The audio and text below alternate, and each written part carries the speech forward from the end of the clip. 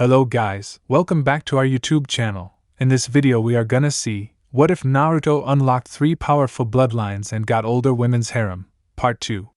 Huge shout out to eixirt for this story. If you want more awesome fanfiction like this, don't forget to hit that subscribe button. So without wasting any time, let's get into the video. Chunin Exam I. Team 8, consisting of Hyuga Hinata, Inuzuka Kiba, and Uzumaki Naruto, were currently walking at the main streets of Konoha. 2 genins were looking at their teammate who apparently hadn't spoken or reacted to any of their discussions. He had been quiet ever since they've walked out his favorite ramen shop. "This sucks," the genin with a fury jacket spoke. He looked at his teammate, Naruto. Yet again he hadn't reacted. "Naruto, are you okay? You look like you've eaten an expired ramen," Kiba added. "Yes, Naruto, what is wrong?" Hinata asked. "I'm fine. I was just thinking about something," Naruto replied. Truth be told, he hadn't seen or heard his Jounin sensei for almost three days straight since Sannin gave Team 7 and 8 a 3 days rest after their mission back at Wave Country. "If you say so, come on, we don't want to be late at our meeting." With that statement, Kiba and Hinata sprinted up to the roofs. Naruto, on the other hand, was left standing on his place. He hadn't moved or something. Was he nervous? Was it because after 3 days he'll be able to see his Jounin sensei? Or was it, he's nervous because of what had happened 3 days ago back at the hospital? After 5 seconds, it only registered to his mind that both of his teammates were gone. He immediately ran up to the roofs. 1 hour ago at the Hokage Tower, people ranging from Tokubetsu Jounins, Elite Jounins, and Chunins were gathered at the Hokage's office. "All Jounin instructors please come in front," the Sannin said. Soon, 3 Jounins walked at the front, namely, Hitachi Kakashi, Sarutobi Asuma, and Yuhi Kurenai. "Now, among of your teams, who will gladly partake in the coming Chunin exam?" Sannin asked. Sarutobi Asuma first spoke since he's at the far left of the 3 Jounins. "I would like to enter Team 10, which consists of Akimichi Chuji, Nara Shikamaru, and Yamanaka Ino, under the name of Sarutobi Asuma," the chain smoker said. Seeing it was Kurenai's turn, she spoke. "Team 8 consists of Hyuga Hinata, Inuzuka Kiba, and Uzumaki Naruto, under the name of Yuhi Kurenai," the Genjutsu mistress said, direct to the point as always. Soon, Kakashi spoke. "Team 7 consists of Abirame Shino, Haruno Sakura, and Uchiha Sasuke, under the name of Hitachi Kakashi," Konoha's Kopinin said. "Very well then, you're all dismissed," Sannin said. Once all the said ninjas were gone, a figure came out from the shadows. "Hey there, old goat, long time no see," the figure said. Aika, a pleasure to see you again. Have you been hiding all along behind your genjutsu?" Sannin said. "Yes, I was." "Are you going to stay here, in the village, permanently?" the Hokage asked. Not sure. "Would you like me to reinstate you as a leaf ninja?" he said.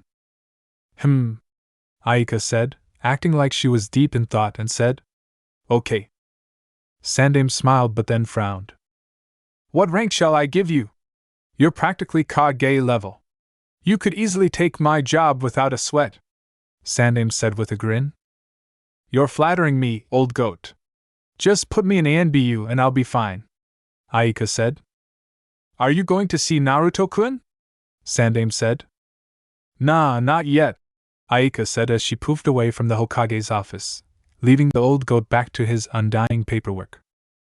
Present time at Training Ground 19, Naruto came, panting. He looked around at the said training ground only to find himself alone. None of his teammates were there, or were there.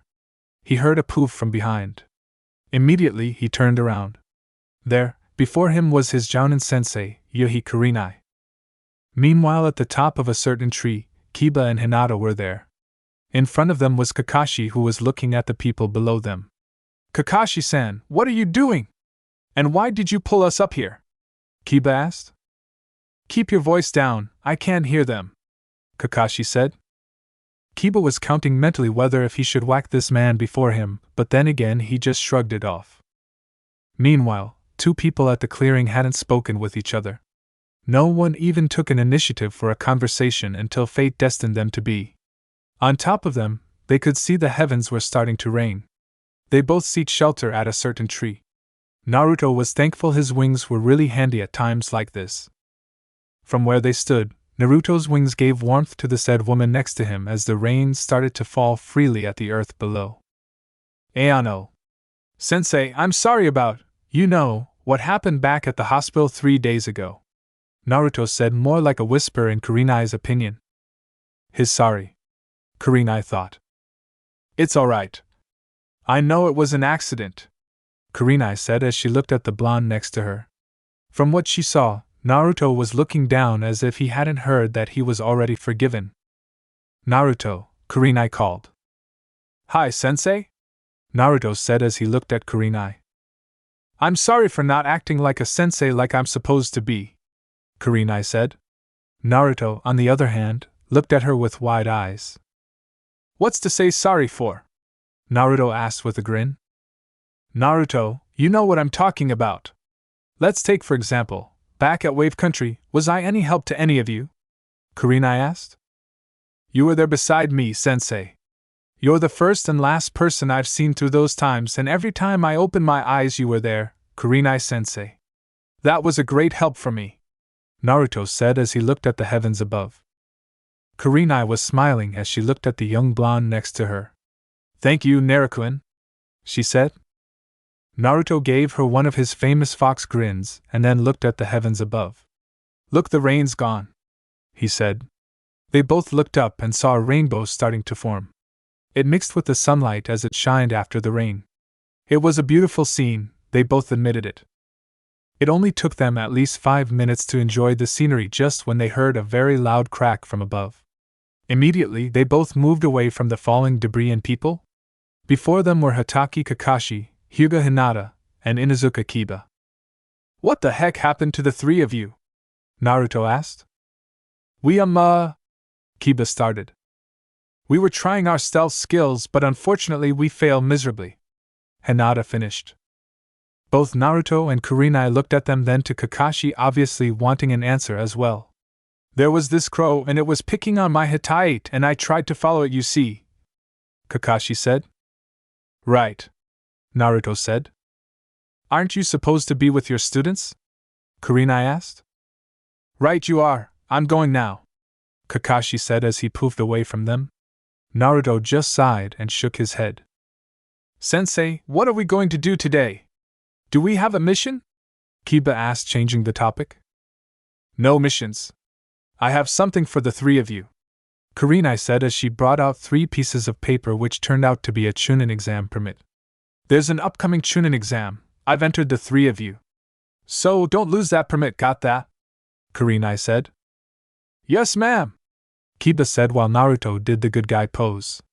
Hinata and Kurenai smiled at the comical pair. Let's go to Ichiraku's to celebrate, Naruto said, which earned him a nod from Kiba, a chuckle from Hinata, a bark from Akamaru, and a smile from Kurenai. On their halfway to the said ramen stand they heard a familiar shout from the corner of a street just near to their spot. Ah, let go of me! A young boy's voice cried out. If you say so, a male teenager's voice said. Teammate managed to saw this guy through the boy, Konohamaru, near the trash can, but someone came just to catch the boy in time. Konohamaru looked up and saw his savior. Naruto. I'll ask you nicely, apologize to my friend, Naruto said as he set down Konohamaru. Oh yeah, what if I don't? The boy with the face paint said. Just before Naruto could spoke, everyone heard a sound of swirling sand just above the tree. Kankuro, apologize to them, a voice rang out. The said boy, Kankuro, looked frantic. He just sighed and apologized to Konohamaru and to Naruto. Who are you? The boy with red hair asked. Both of his companions looked with wide eyes. Gaara never asked someone's name before. The blonde Kunoichi thought. Gaara, what are you doing? Kankuro thought. Naruto. Uzumaki Naruto, and you are? Naruto said as he took a couple of steps in front of them. Sabaku no Gaara, I'll be expecting you in the Chunin exam, Uzumaki Naruto. Gaara said. Both Sand siblings swore they saw Gaara's lips form a small smile, but it quickly faded away. They saw this Naruto walk to them, waiting for their names to be said. Sabaka no Kankuro, Gaara's older brother, Kankuro said. Sabaka no Temari, the blonde-haired Kunoichi said. She saw the blonde boy bowed as courtesy and said, Nice to meet you all. Gaara-san, Kankuro-san and Temari-san, Naruto said as he smiled to them. Kankuro, on the other hand, could swear his sister was blushing at the said blonde boy who was before them. He looked at his sister, Temari, then to Naruto who was back with his teammates and Jounin-sensei, not even noticing Temari's stare at the blonde boy. Kankuro smiled and held her big sister over the shoulder. Love at first sight at Temari? Kankuro whispered. Gaara, on the other hand, was back from being stoic as he watched the blondes retreating back. There was something inside of him that he felt, something feral just like him. He had thought, Hey Kit, that boy Gaara, I feel something in him. It's the same feeling when we first saw that girl Haku, Kyubi said through their mental link. Yeah, me too, it's like he's carrying something demonic, Naruto replied as they continued to walk past the streets. Piece of advice, keep your guard up, Kyubi said. Yeah, I'll do that, I have to go now, Naruto said as he cut the mental link. The next day, it was early in the morning. Many Chunin hopefuls reached the gates of Konoha. Some came from the hidden village of the rain, sand, and sound. Team 8 noticed a couple of familiar participants just around the hallways. They too were looking at the other genin teams. Naruto noticed the Sannins they've met yesterday. Hey, where are you going? Kiba asked. I'll just greet a couple of people, Naruto said. Team 8, including Kurenai, saw where was Naruto going, to the Sand siblings. Temari saw the blonde boy they've met yesterday. He was walking at their direction. Kankuro noticed where was Temari looking. He just remained calm and waited what could happen next. Good morning, Naruto greeted with a smile on his face. The only ones who greeted him were Kankuro and Temari. Gaara, apparently, was quiet behind the other two siblings along with Baki, the Sannin's Jounin instructor. Temari saw Naruto walked up to her, his face closing to hers. Now, everybody's attention was drawn to them. They could see Naruto's face coming closer and closer to this blushing, blonde Kunoichi. Most of the people were anticipating out what could happen next. Will he kiss her in front of everybody else? Even Gaara and Baki were watching. Not to mention, the other members of Team 8 with their Jounin instructor, Yuhi Kurenai, were also watching. By this point, Temari could be seen as red as a tomato. She was looking at the blonde cerulean eyes, his face closing every second of the time. 4 inches. 3 inches. 2 inches until. You have dango sauce on your chin, Naruto said as he pointed out the said dango sauce with his index finger. After a couple of minutes, the sound of nothingness could be heard. Everybody was too coped up whether this blonde boy was going to kiss this other blonde girl. But then he just said, There's dango sauce on your chin, and left the blonde girl to her feet. Some people were looking at the blonde boy and then to the girl. The blonde boy, Naruto, was walking back to his team while the blonde girl, Temari, was looking like a statue on the viewer's perspective. Some whispered, Did she anticipate for a kiss? Or, that girl got it bad big time. Kiba and Hinata were looking staring glaring at Naruto. What? Naruto asked. How did you do that? Kiba asked, but his question got dumped when Hinata interrupted. You've practically embarrassed Temari-san, Naruto, Hinata said. BBB, but I didn't do anything, Naruto said, but then he realized that Kurenai was gone. Hey, have you seen Kurenai-sensei?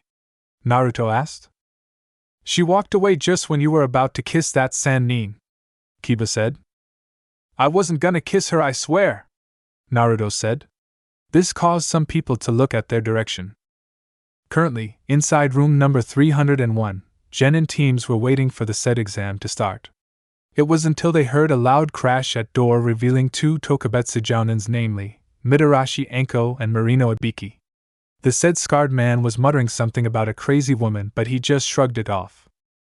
The genin teams were waiting for them to talk, but they just stood there silent, staring at the young genins before them. It was as if they were trying to make them quit just before the exam starts. Some were frightened, nervous, and stoic. But it only got worse when two female ANBUs came. There was something about the other ANBU, though. She wasn't wearing any animal mask unlike her fellow ANBU.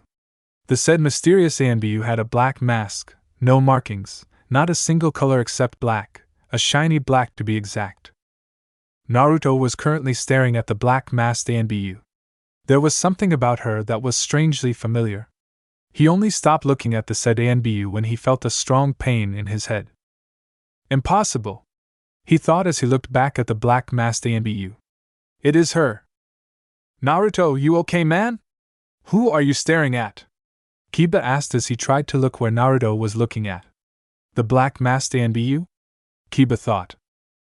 I'm fine. Though, never mind, Naruto said. After a couple of minutes, two familiar people walked inside the room, namely, Momochi Zabuza and Haku. Sorry we're late, the half-masked man said while Haku just smiled. Ibiki looked at the black-masked ANBU and the said ANBU walked in front of a genin. The genin, who apparently came from the Rain Village, was looking nervously at the ANBU before him. He could even see his reflection on the black mask. He didn't even know he was already pinned to the wall. He looked at the side, but the ANBU's hand was blocking his sight, her palm connecting to the wall. The genin could hear some unknown sound coming from the ANBU's hand. He saw it move away slowly, but the thing that caught his eyes was a sword coming out of the wall. The said genin was terrified while the others were stuck from where they stood. Maybe that's the reason why she doesn't bring any weapons, because she could make one in no time, Ibiki thought. So, is there any one of you would like to quit now before the exam starts? Ibiki asked. Automatically, some genin teams walked out room number 301, including the Rain Nins. Only the Sand, Sound, and the Leaf genin teams were left to take the exam. Let's begin, Ibiki said with a maniacal grin on his face. Soon, terror seemed to have walked inside the room. The killer intent being emitted by the examiners were enough to make some of the genins frightened. They were still inside room 301. The genins saw the other examiners walked out the room, leaving Ibiki, Haku, and Zabuza. Some genins thought it would be a written exam since they were inside a classroom. The genins saw their examiners gave some test papers to the genins. Naruto looked at the said paper, which stated, "This is a trial run. After 20 minutes you will have to run and escape this building. Think it could be possible? If you got caught, you and your team will fail. Time starts, now." Naruto read the paper over and over again. Was that a joke? There's a Tokubetsu Jounin in front of us. 2 Jounins, not to mention the other Jounin is a Jinchuriki. Was there a loophole to this test? If we don't run, we'll also fail. But if we run outside this room, what will happen? Naruto thought. The 20 minutes was closing in. They could see the examiners getting themselves ready for whatever ruckus this group of genins could possibly do. Everybody was looking tense well somewhere. Naruto looked at the Sand genins. He was surprised that Gaara was looking at him.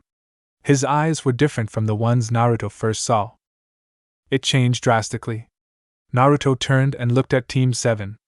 He was once again surprised to see Sasuke looking at him, similar to Gaara's. Naruto turned again. This time, he noticed both Team 10 and Team Guy were waiting calmly for the 20 minutes. Probably they already had a plan for this try run, just like Team 8. Kiba smirked when Naruto was about to do Phase 1 of their plan. The Kage Bushin no Jutsu. Soon, the room was filled with at least 50 Bushins making their way to the exit. At the very same moment, Kiba and Hinata hinged to look like Naruto, while the other genin teams took this opportunity to escape as well.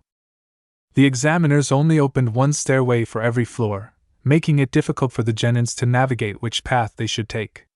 The hallways were like a maze connected to a single exit. Currently, Team 8 was running at the hallways of the 3rd floor. Suddenly, they stopped. In front of them were 2 elite jounins, namely, Mato Guy, the Green Beast, and Sarutobi Asuma, the Chain Smoker. Answer our question and we shall let you pass. If you got a wrong answer, I'm afraid you'll have to deal with us, Asuma said. Give us the question then, Naruto said. How many animals were there in the note? Asuma asked. What animal? It was clearly an instruction, Kiba thought. Kiba looked at his teammates who were thinking. I don't think there are any animals in that note, Hinata said, disappointed. Naruto looked at both examiners and said, 2. There are 2 animals in the note, he said. A while ago he was scanning the note in his mind. This is a try run. After 20 minutes you will have to run and escape this building. Think it could be possible? If you got caught, you and your team will fail. Time starts, now. It only revealed 2 animals, namely, the ape and the kit. Yosh. You may all pass, Guy said. Air shouted. Asuma just congratulated them with a smile. How did you know there are 2 animals in that note? Kiba asked. They were currently running at the maze-like corridors of the 2nd floor. Maybe it was just my luck, Naruto said. Yeah, right, Kiba said while Hinata settled for a chuckle. They managed to pass the 2nd question being given by Kakashi and an unknown cat master Anbu. It only took them a couple of minutes to answer that question once again thanks to Naruto. Team 8 had been wondering what this test was for. They were currently running at the 1st floor corridors. They also took notice that they were the only ones running at the 1st floor. Or did somebody already come before them? Once again they stopped. Before them were Yuhi Kurenai, the Genjutsu mistress, and the mysterious black masked Anbu. The Genins saw the black masked Anbu walk slowly to their direction. She placed her right palm to her arm pad, and in front of them she pulled out a kunai out of the arm pad. It was like alchemy, very advanced alchemy. They saw her stopped and pointed the kunai at Naruto. I want you to answer my question, the black masked Anbu commanded. Naruto was trying to look behind the mask, but the only thing he could see was his reflection. Tell me, Genin. What is the code of the shinobi and what is its purpose? The black masked Anbu said. Kurenai, on the other hand, was plain shocked. This wasn't the question. What the heck is she doing? Kurenai thought. Naruto looked down, thinking. Come on, Naruto, don't disappoint me. The Anbu thought. Naruto was remembering the times when Aika was still with him, teaching him. He remembered the day she healed his wounds back when he was still 5 years old. He remembered the day she started teaching him. The first lesson was the history of Konoha. He remembered himself asking Aika this question that caused him a whack at the head. Ayano-sa. Aika-sensei? What is it, Naruto-kun? Aika asked. Why did you help me yesterday? The blonde boy asked as he looked down. Aika smiled. Being a shinobi, you must protect the ones you love, you must be loyal to them, treat them as if they are a part of your heart. I want you to remember that, Naruto-kun, Aika said. Naruto was about to say that she didn't even answer his question, but then he realized what Aika had said. You must protect the ones you love.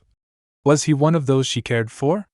He didn't have to ask that, it was clearly obvious. I'll definitely gonna remember that, Aika-sensei, Naruto exclaimed. Keep your voice down, will you? Aika said as she brought both of her index fingers on her temples. Why? Are you feeling your age, old hag? 5 years old, Naruto said. What did you just call me? Aika twitched the eyebrow. You're starting to get deaf, old hag, Naruto said. This time Aika's fist was rumbling like mad. Naruto noticed it and started to run off. But immediately Aika caught him quite easily. Not even using a single % of her strength, she just whacked the hell out of the 5-year-old. That will teach you not to call me, old hag. Currently, Naruto was looking down, but this time he had a grin on his face. When he looked up to see the black masked Anbu, he said, Being a shinobi, you must protect the ones you love, you must be loyal to them, treat them as if they are a part of your heart, Naruto said with a fox grin on his face. You 3 can proceed now, she said with calmness in her tone. Soon, Team 8 walked out the building. They were the first to walk out the said building. After a couple of minutes they saw the Sannins walked out, then Team 7, and after 15 minutes they saw Team 10 and Team Guy walking out at the same time. Soon, they were greeted by a kunoichi named Mitarashi Anko. 19 genins managed to pass. That Anbu's test was something. I couldn't agree more, Anko thought with a maniacal grin on her face. Hey Naruto, she's not our second examiner, is she? Kiba whispered. He gulped when he saw that grin Anko was doing. I'm the hot, sexy, and still single, Mitarashi Anko. I'll be your second examiner. Did that answer your question? Naruto said. You, Anko said as she threw a kunai at a genin. Chunin exam too. The said genin didn't move or even caught the kunai, yet he did manage not to get hurt. Now everybody's attention flew fast to the said genin. Before them was Uzumaki Naruto with a pair of black wings at his back that served as a shield from the kunai. Anko smirked. Naruto saw the said Tokubetsu Jounin walk closely to where he sat. She bended her posture a little bit, making her face the same level with Naruto's. Kiba, on the other hand, was watching nervously, same with the other genins. He could see this Mitarashi Anko move her face closely to Naruto's, but one thing he didn't saw, Anko's hand. Anko's grin grew even wider. It was making the other genins scared. Now her face was close to Naruto's ear. Gotcha! Anko whispered. Naruto's eyes grew wide. He felt something at his cheek. It was as if something had sliced it, and it was now drawing blood. Now it was everybody's turn to get shocked. They could see the second examiner on top of Uzumaki Naruto, licking his blood. The event was sickening. They could just imagine if this second examiner was crazy enough, they would have to expect the unexpected. Anko withdrew herself from Naruto, who had a mixed expression on his face. Anko, on the other hand, still had the maniacal grin on her face. She looked at the genins before her, but now with seriousness in her eyes. She held out a couple of forms and said, "Sign these forms," she said as she gave the forms to the genins. "Ayano Mitarashi-san, what are these forms for?" Anko saw a pink-haired girl asked. "Those forms will state that you will be responsible for your own death," Anko replied. She turned her heel to face the other genins. "Now, this is the second stage of your exam. Welcome to the Forest of Death," she grinned. "You will have to apply all of your survival skills to be able to pass this exam. Your goal is to get the scrolls, specifically, the Heaven and Earth scrolls. If your team got the Heaven scroll, you are assigned to get the Earth scroll, and so on and so forth.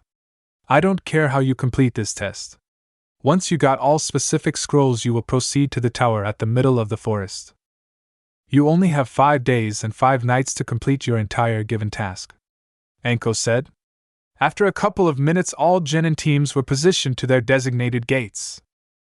Once the gates were opened, they all saw teammate flew past their designated gate courtesy of Naruto's wings.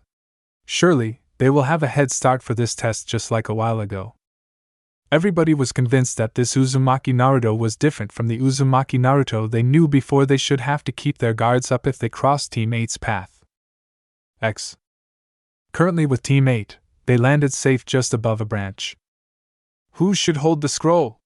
Kiba asked. "Naruto should, he can protect the scroll," Hinata said. "True," Kiba said as he and Hinata looked at their teammate, who was thinking as well. "No," Naruto said. "They'll expect the scroll will be in my possession. Kiba should hold the scroll," he said. "Are you sure?" Kiba asked. He saw Naruto nod while Hinata smiled. Just when they were about to sprint away, they all heard a scream near their area. "Ah!" It screamed again. Teammates saw their fellow genin, Harino Sakura. She was running for her teammate, Uchiha Sasuke, who looked like he was dead. They also noticed Shino trying to defend both of his teammates from a snake-like creature. The snake-like creature was grinning at the young Aburame. Shino wasn't expecting a sword come flashing out of his mouth, but something was off. Shino looked up to see Uzumaki Naruto. Once again his wings were used as a defense. "You!" the snake-like creature said. Inside his twisted mind, his thoughts were racing frankly. This boy, he can't be. They were all wiped out. It's impossible, he thought. "I'll leave Sasuke-kun to you. I'm sure he'll come asking for me," the snake-like creature said as he took his leave. Naruto was about to go after the said man, but Kiba and Hinata stopped him. Naruto looked back at Team 7. He kneeled in front of Sasuke's unconscious form, he noticed a mark at his neck. He looked at Sakura and said, "What happened to him?" "Sasuke-kun got attacked by the snake-like man. He bit Sasuke-kun at the neck," Sakura said between sobs. Naruto sighed and walked back to his teammates, who were currently aiding Shino. The said Aburaim tried to fend off his teammates against the said snake-like man. Out of nowhere a group of Soundnins came. They were obviously looking for another scroll, as they proclaimed. Their female teammate noticed the genin who had a long silky pink hair. Kintsuchi was her name. She has been irritated by this genin. She wasn't even fit being a kunoichi, she thought. "Give us your scroll," said the other genin. His name was Zaku Abumi. "What if we don't?" Kiba asked. "You'll die," Zaku shouted while his female teammate, Kin, ran to Sakura. Their other teammate, Dosu Hinata, was staring at the blonde genin. Sakura didn't have any time to dodge the attack being given to her. She could feel her hair being pulled as she struggled to get away. Teammate was about to help Sakura, but Zaku interrupted them. Zaku created a wind-like barrier in front of teammate. They could see the way that female Soundnin beat Sakura, her hair cut by Kin's kunai.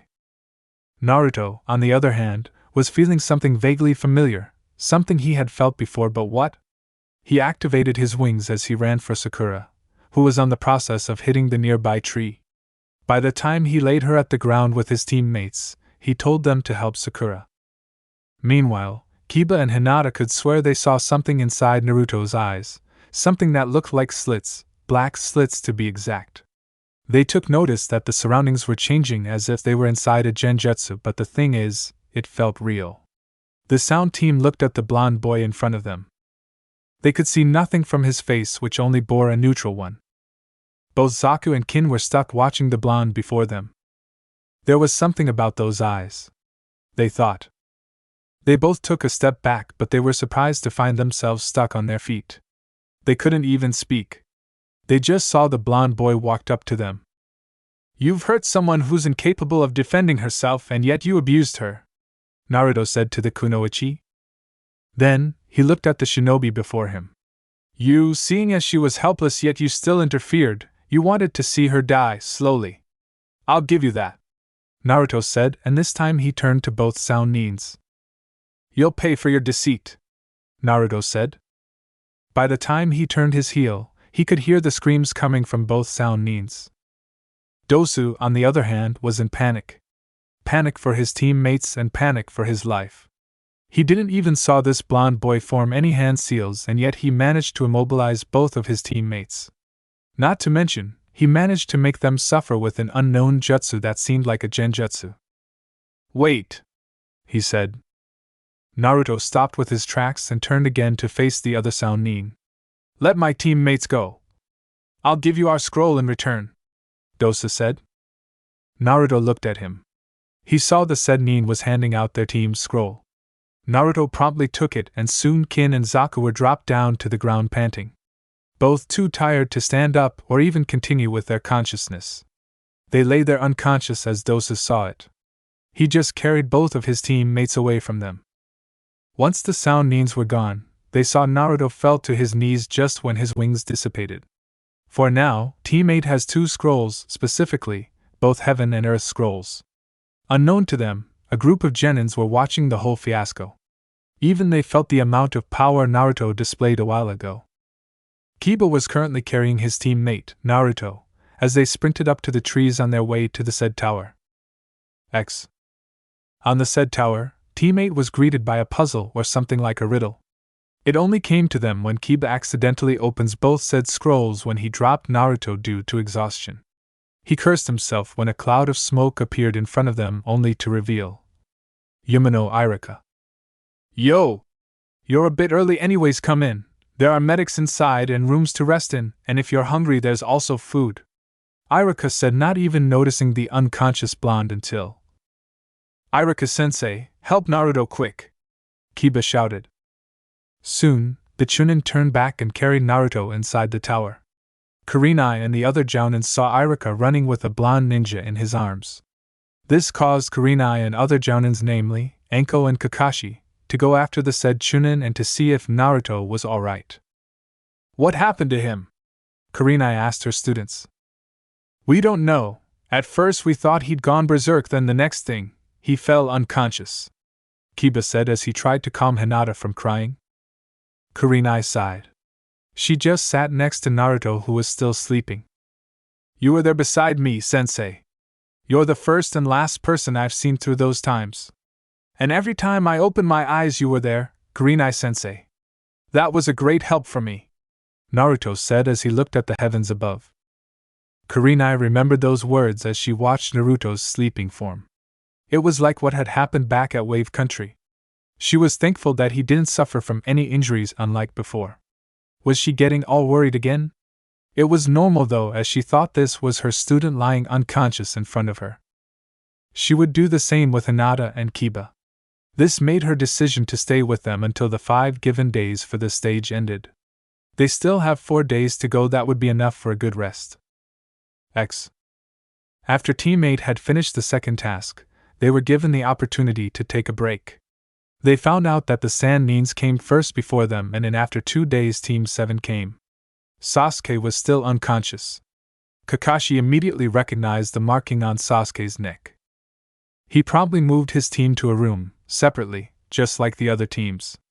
It was also on the second day Team Guy and Team 10 alongside with a single sound genin came, and on the third day, the sound team came. Meanwhile, Sakura was outside Sasuke's room. In front of her was Kakashi. He was telling the pink head that Sasuke can't see any visitors and he's still unconscious. But Sakura was still protesting, but then stopped. She looked at the floor that seemed to be getting blurry, in her point of view. Kakashi sighed as he looked at his distressed student. He just walked inside Sasuke's room. There was still someone in her mind she had to visit, Naruto. Sakura never saw Naruto to get serious. She could still remember the time he saved her when she was about to hit the nearby tree. She couldn't help but to wonder. What was Kurenai-san's feeling when she flew with Naruto? Sakura smiled as she went with her merry way to visit the said blonde. By the time she was near to the said room, there was something about it. There were people in front of Naruto's room. There was this girl named Haku, and then Kiba and Hinata. Shino was there too, even Ino was there. Wait. Stop. Freeze. Rewind. Ino's there? Sakura would understand why Kiba, Hinata, and Shino were there, and she would slightly understand why Haku was there, but for Ino, there was a big question mark at the end of that statement.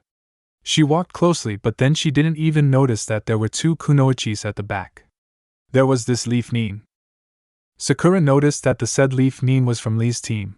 Her name was Tenten. As far as Sakura could remember, Tenten was, after all, from the early graduating class. Then there was this Sannin. For Sakura, that Sannin was a mystery to her. Meanwhile, inside Naruto's room, Naruto was widely awake, but Kurenai was not letting him go after what had happened, since it was still a mystery to Kurenai. Naruto noticed that they were alone in the room. He couldn't help but to look at his sensei, who was peeling an apple with a knife. Ayano. Kurenai-sensei, where's Hinata and Kiba, are they alright? Naruto asked. Kurenai didn't look at him, but then she replied. They are perfectly fine, Naruto-kun. Apple? Kurenai said as she offered the said fruit to him. At first, it tasted sweet, then slowly it was gone like cotton candy, only apple flavored. Once he was done eating, Naruto was looking at the white sheets which were covering half of his body. He couldn't help but to feel uneasy being alone with a full-grown woman beside him. But why feel this now? They have been alone in her house, but short-lived. They have been alone back at Tazuna's house twice, but once again short-lived. They have been alone at their training ground, but then short-lived. There was only this one time back at the park. It wasn't short-lived, cut, or even interrupted. That was one of the best nights Naruto had. Naruto-kun, are you alright? Kurenai asked for the 5th time. Naruto, apparently, hadn't answered since he was busy staring at the white sheets. He asked. Kurenai moved closely. It's as if she was studying his facial reactions, but then sighed. She was about to stand up when suddenly the door swung open, making the occupants of the room surprised while the ones at the door were shocked from what they were seeing. It only became worse when Anko, Kakashi, and Zabuza came in.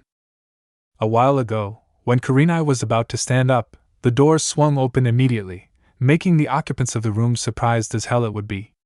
The ninjas saw Kurenai on top of a shirtless Naruto. Immediately, Kurenai separated herself from the said blonde, both speechless and blushing by the way. "Way to get Naruto-kun, Kurenai," Anko said. "That was interesting," Zabuza said with a chuckle. "Very interesting indeed," Kakashi added. This caused the Genjutsu mistress to become red while the other genins were looking at their second examiner. It hit them hard when they remembered that this woman was the one who licked Naruto's cheek. Their line of sight turned to Naruto. It was just now that they realized that he grew, literally. He wasn't the 5 feet 2 inches blonde teenager who had puppy fats back then. Naruto was now the 5 feet 6 inches young man who had well-defined physique. And to think, he was only 14 years old. "How's Sasuke?" Naruto asked, trying to change the topic.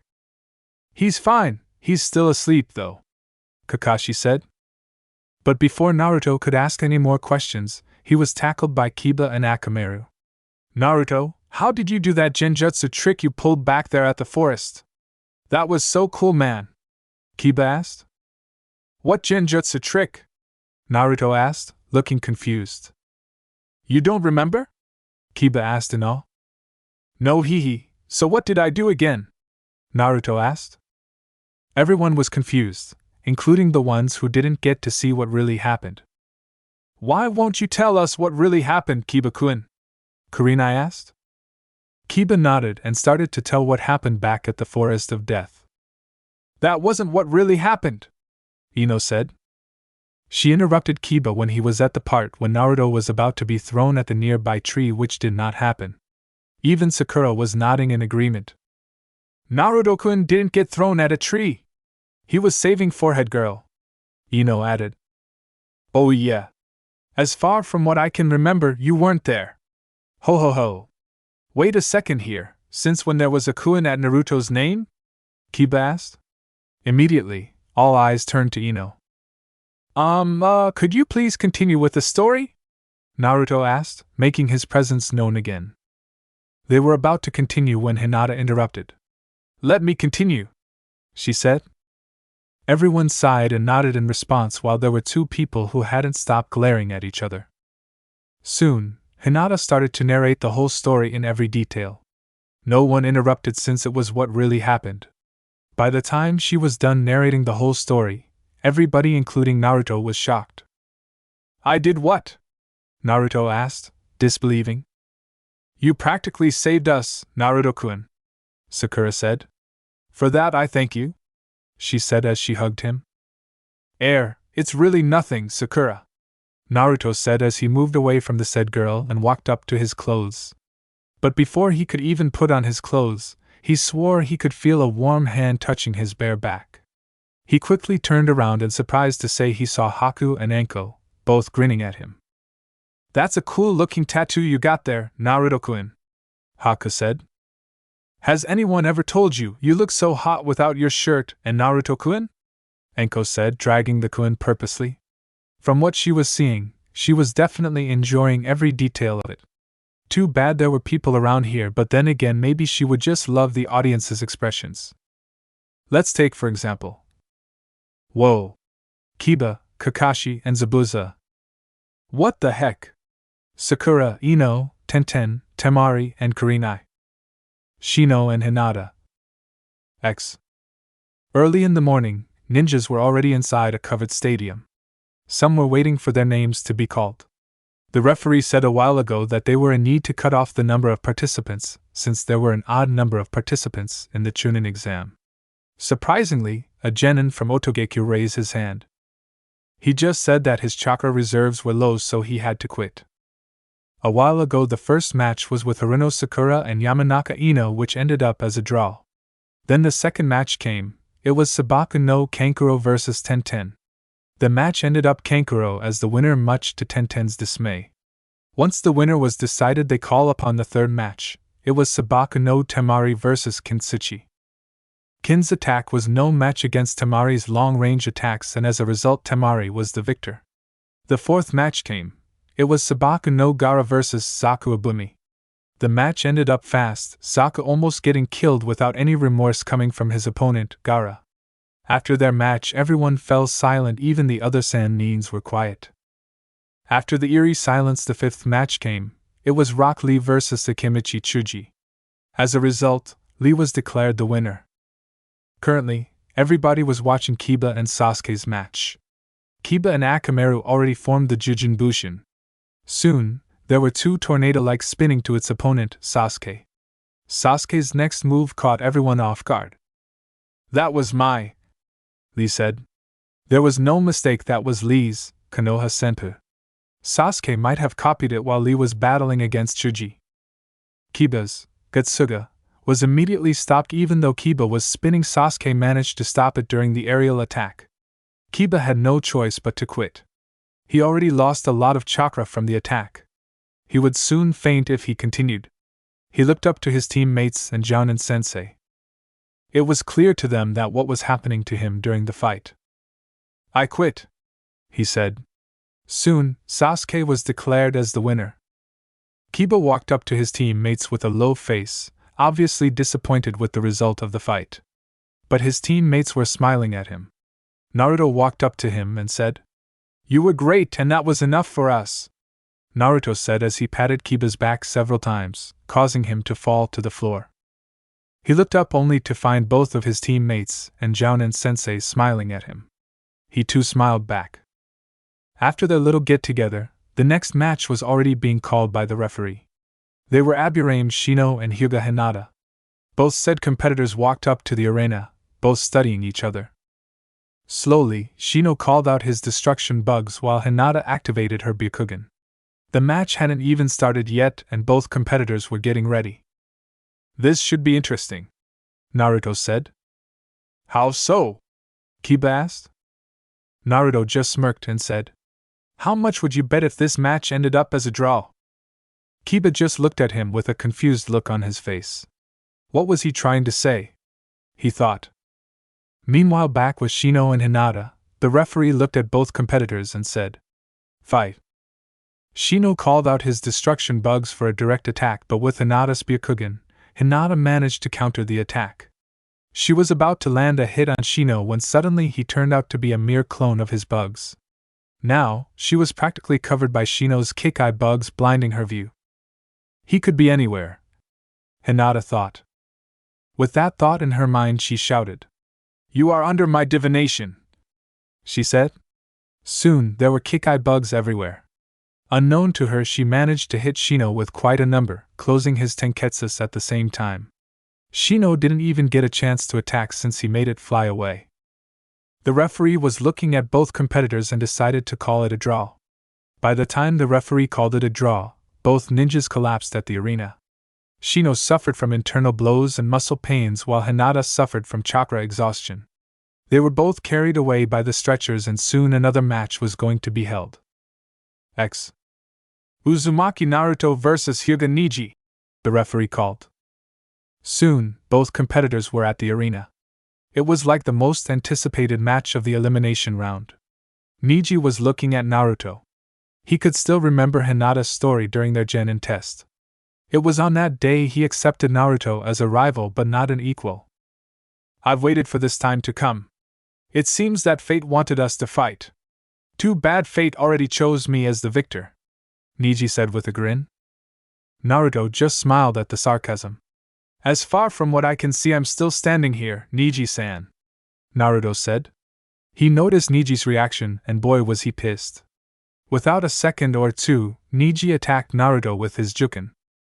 Neji was about to attack again, but surprised to say, his attacks were useless when he saw a pair of black wings covering Naruto's whole body. By the time the said wings was gone, Naruto had a different look on his face. He had the same look back at the Forest of Death. The same black slits in Naruto's eyes. "Kiba, look at Naruto's eyes, isn't that the same with the ones back at the Forest of Death?" Hinata asked. Kiba stared at it for a couple of seconds. It was the same, he had to admit, but there was a slight difference in it. "Yes, but," Kiba said. "You recognized it too?" Hinata asked. And Kiba nodded. It's like his eyes didn't have any glow. It's like as if he's hypnotized or something, Kiba said. Kurenai was listening at her students' conversation. She just kept silent as she watched Naruto's fight. She noticed Naruto's moves. It was as if he's dancing at the stage. Naruto was just evading every attack that Neji was giving him. It was like a child's play for Naruto. Back with Naruto and Neji's fight, Naruto was standing there as well as Neji. They stopped fighting just when Neji realized something. Naruto's wings serves as a shield just like Gaara's but was it just for defense? This was the first time Neji saw Naruto use those wings in battle. Neji kept his cool. He didn't want to look like a fool in this match. He was a Hyuga after all. Let's end this, Naruto-san, Neji said as he took a familiar stance. It was the eixirt Kaiten, as Naruto thought. Let's Neji-san, Naruto said as he waited for the incoming attack. Kaiten, shouted Neji. Soon he was spinning towards Naruto. Teammate was yelling out for Naruto to move out the way, but he just stood there, eyes closed. It was as if he was anticipating for the attack. There it goes again, Neji thought. Before him was Naruto covered by his black wings. Neji was attacking, but then his spin was starting to slow down. He was caught off guard, literally. Naruto managed to catch him by the neck. Even the spectators were surprised as to how this blonde genin managed to grab Neji by the neck. Even with Neji's juken, he couldn't detach himself from Naruto's grip. The only thing he could see from Naruto was his eyes, those blue eyes with black slits in it. There was something about it that made his body immobilized. It was like the Sharingan, but it's far from different. Neji could feel his air starting to decrease, and it wasn't Naruto's grip. It's like it came from the inside. It was like there's something burning inside of him.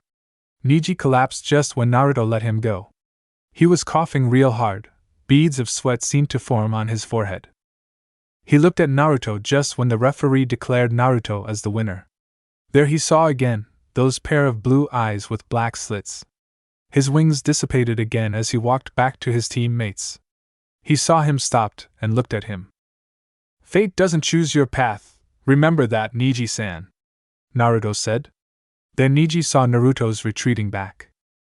Meanwhile, the Hokage watched the whole match starting from the first end to the last, Uzumaki Naruto's fight against Hyuga Neji. Sannin was pleased yet disturbed. He was pleased that Naruto won, but he couldn't help but to wonder about those eyes that Naruto possessed during the fight. It was disturbing because he had heard some rumors that Naruto had used it, but from what he had heard this was different. Sannin motioned an ANBU to come. It was the black masked ANBU. Do you mind telling me what that was? Sannin said. The ANBU didn't hesitate to answer. That was Naruto-kun's second bloodline, the Jugen, Evil Eyes. It complements with the Kura Tenshi Tsubasa. Those bloodlines came from Mizuho-sama's lineage, Sannin-sama, the ANBU said. Surprised to say, Sannin was not shocked at the ANBU's reply. He knew that one of these days, Naruto would get to activate all of his powerful bloodlines.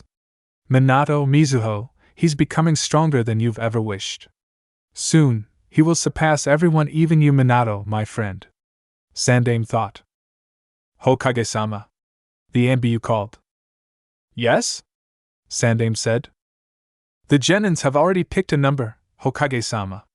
It's your turn to announce when the next fight will be, the black masked ANBU replied. Right, Sannin said as he stood up from his seat. Before him were the victors of this stage, namely Nara Shikamaru 1, Rock Lee 1, Sabaka no Gaara 3, Sabaka no Kankuro 2, Sabaka no Temari 4, Uchiha Sasuke 2, Uzumaki Naruto 3. First, congratulations for winning this second stage. Now, you'll all have at least 1 month to train for the next stage. Do your best, Sannin said, leaving the ninjas behind. The said ninjas were wondering what could the last stage of the Chunin exam would be like, since they were facing real ninjas here, someone who they didn't know personally, in the case of the Leaf Nins and the Sand Nins. The Sand Nins were a big mystery to them. Several minutes passed, all the ninjas went to their merry way. Some were disappointed while some were pleased. Currently in an onsen, there we could see our favorite blue-eyed shinobi, Uzumaki Naruto. He had been asleep since his body agreed to it. There he was sleeping without a care to the world around him. Even Kyubi was supplying him a wondrous dream in Naruto's point of view. It was about him and his angel. They were flying under the moonlight. They were alone until he was hearing some giggling. Naruto was automatically awakened by the said disturbance. He was frankly looking who could have been giggling at the male section of the onsen. Once he found the source of the disturbing sound, he had the urge to yell at the said source. Before him was a half-naked man, with white long hair, and red markings on his face. The said half-naked man was giggling. Is he peeping? Naruto thought. Then there he heard again, the white-haired man was giggling again. Naruto was about to shout when he heard a familiar voice from the women's section of the onsen. Come on, Kurenai, tell us what was it like flying with him? A familiar voice rang from the other side of the onsen. Naruto recognized it as his second examiner, Mitarashi Anko. Then another familiar voice was heard. Tell us! It was that cat master Nbu Yuzuki Yugao. Naruto thought. Without a second or two, another familiar voice was heard. Yeah, I'll speak for Motoko here. Come on, Kurenai, tell us, please. It was Haku, Zabuza's adopted sister. It was just until now, Naruto realized that there were 5 kunoichis at the other side of the onsen, including his Jounin sensei, and this white-haired man was peeping on them. He quickly rose up from the waters and yelled. What the heck do you think you're doing? Naruto shouted. This caused the other ninjas from the other side of the onsen to rise from the hot water, securing their bodies from the unknown pervert, as though they thought. The white-haired man looked back at the other customer of the onsen, signaling him to shut up. Stop it, he said. Why? So that the women you're peeping won't know about your act, Naruto shouted, bringing his volume up. Unfortunately for the white-haired man, the women already decided to bring forth their wrath. The said white-haired man was tied at a nearby tree by a half-masked kunoichi. It was Motoko. You! The white-haired man started. The half-masked kunoichi walked up to the tied man and whispered something unknown to the others. Once she was done, she walked back to the other women. Some were not looking at the pervert, but they were looking at the blonde shinobi in the onsen. Naruto noticed the stares being given to him. He just laughed nervously and said, don't y'all feel a little awkward here? You're in the men's section of the onsen. Somebody could see y'all, Naruto said as he looked down, avoiding the stares being given to him. Anko smirked as she saw the young man nervous from his feet. Why? You scared, Naruto-kun, Anko said as she walked in front of the blonde. Yugao and Haku had a smile on their faces while Kurenai just stood there, silent. Motoko, on the other hand, was nowhere to be found. 4 women stood there, half-naked, with a blonde shinobi, half-naked as well, forgetting the white-haired man at the tree. Naruto gulped at his sudden predicament. He was about to say something when someone broke it for him. Anko! It was Kurenai. Yugao and Haku looked between the two while Naruto was at the middle. Anko looked at the genjutsu mistress with a raised eyebrow. There was something on her face which stated, "Don't mess with me when I'm having fun." She was currently looking at Kurenai. The said woman had a serious look on her face too, but it didn't state anything, unlike Anko's. What? Anko asked. Just leave Naruto-kun alone. We better head back to the women's section and fast, Kurenai said with a plain tone. Her face didn't show any emotion, nor was she concealing it just like a while ago. Kurenai raised her eyebrow when she heard the Tokubetsu Jounin and chuckled, and it got worse. Anko started to laugh, hysterically. Now, it was everyone's turn to look confused at the Tokubetsu Jounin. Ha ha ha, you should see the look on your face. Ha ha ha, it was. Ha ha ha, hilarious. Ha! Anko laughed more. Kurenai had the urge to yell at the woman before her while Yugao and Haku just sighed at the woman. Naruto, well, he had a blank look on his face. Once again they forgot about the white-haired man behind them. After several seconds, Kurenai pulled Anko away, making the other kunoichis follow from behind. Naruto looked at the retreating women, then to the white-haired man. The said white-haired man was looking at him as well. Their staring contest ended when the white-haired man spoke. "You're Uzumaki Naruto, correct?" Automatically, Naruto raised an eyebrow, confused as to how would this man know him. Naruto just nodded and said, "That I am and you are?" Naruto asked. The white-haired man had the urge to yell at the blonde, but then he just let his cool take over him. Kids these days, the white-haired man thought. "I am Jiraiya, one of the legendary three." Jiraiya said, but Naruto cut him off. "You're one of the legendary three? As in one of Sandaime-ji's students? I really have hard time believing at that crap," Naruto said. He had a bored look on his face when Jiraiya introduced himself. Jiraiya's eyebrow twitched at the blonde's brash behavior. "You're coming with me," he said. "Eh?" Naruto said. "What? Are you deaf?" Jiraiya asked, making the blonde shot back. "Why the heck will I go with you? For all I know, you're a pervert." Jiraiya had a grin on his face. He walked away to the said blonde, and without a second or two he formed a set of hand seals and said, "Kuchios no Jutsu." Soon, there was a frog that's almost as big as a human being. Jiraiya still had the smirk on his face as he looked at the shocked shinobi. "Meet me at the lake tomorrow morning," Jiraiya said, leaving the shocked Naruto behind. Which lake? Naruto thought. The next day came. Naruto was walking at a side of a lake. He was thinking of the encounter he had with the toad Sannin. What was he thinking? Naruto thought. Unknown to him, someone was watching/stalking at him. "Good to see you came," the stalker said. Naruto looked behind. It was Jiraiya, the perverted hermit. He was wearing the oddest pile of clothes Naruto had ever seen. "Here I am, what do you want?" Naruto asked. Jiraiya ignored the sarcasm and proceeded to his agenda. "I'm here to teach you, Gaki," Jiraiya said. Naruto raised an eyebrow, but when he remembered the encounter last night he immediately said yes to the perverted hermit. Jiraiya was watching the blonde as he jumped up and down in front of him, something he remembered back when his student was alive. Okay, calm yourself, geez, why are you so excited?" Jiraiya asked. "Come on, Arrow Sennin, what's the first lesson?" Naruto said, obviously excited. Jiraiya was calming himself. The boy had a knack to call him Arrow Sennin, perverted hermit. He just sighed at the thought. "I've heard that you have wings, is that true?" Jiraiya asked. Naruto nodded and said, "Yes, I do have wings," he said as he activated his Kure Tenshi Tsubasa. "What else can you do with it aside from flying?" Jiraiya asked again. Naruto was on his thinking position. I guess I can use it as a shield. I've done it several times," Naruto said. Jiraiya was pondering at Naruto's words.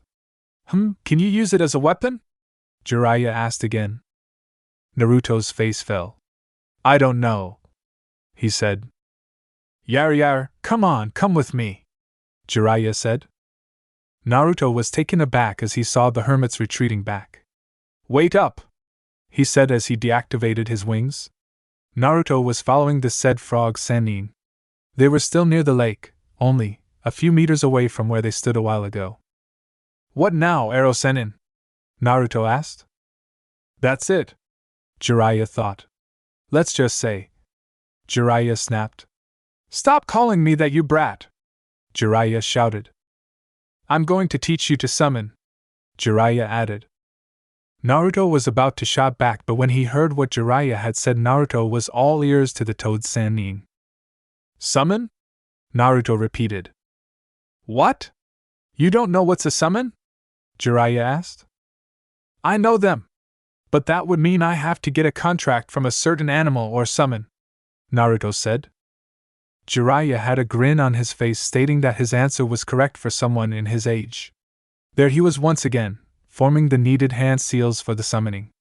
Once Jiraiya was done, he bit his thumb and slammed both palms at the ground, saying, "Kuchios no Jutsu," at the same time.